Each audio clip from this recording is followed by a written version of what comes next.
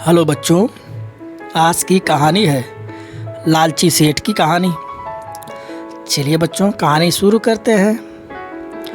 एक गांव में घनश्याम नाम का एक सेठ रहता था। वह बहुत ही लालची था।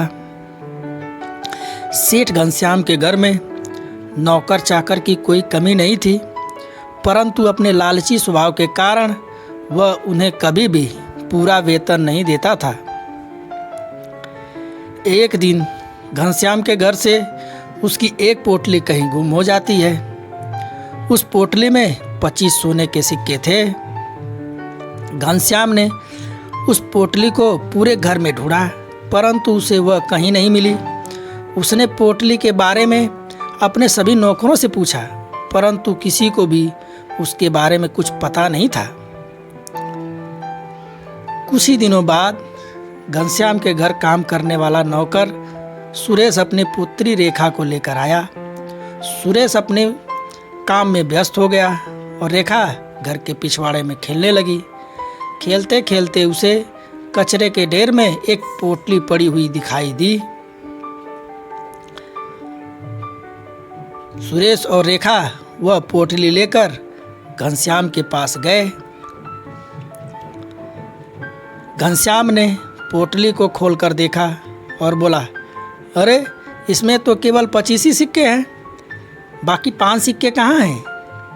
सुरेश ने कहा, साहब इसमें तो सिर्फ 25 ही सिक्के थे। घनश्याम ने कहा, तुम बेईमानी कर रहे हो, मैं तुम्हें पंचायत में ले जाऊंगा। घनश्याम ने कहा, मुखिया जी, इसने मेरे सोने के सिक्कों से भरी पोटली चुराई है और इसमें 30 सिक्के थे। सुरेश ने कहा, नहीं मुखिया जी, इसमें सिर्फ 25 ही सिक्के थे। मुखिया ने पूछा, घनश्याम पक्का पोटली में 30 सिक्के थे? घनश्याम ने कहा, मुखिया जी, इसने पहले मेरे सोने के सिक्कों की पोटली चुराई, फिर वापस करते समय उसमें से 5 सिक्के चुरा लिए। घनश्याम ने कहा, हाँ मुखिया जी।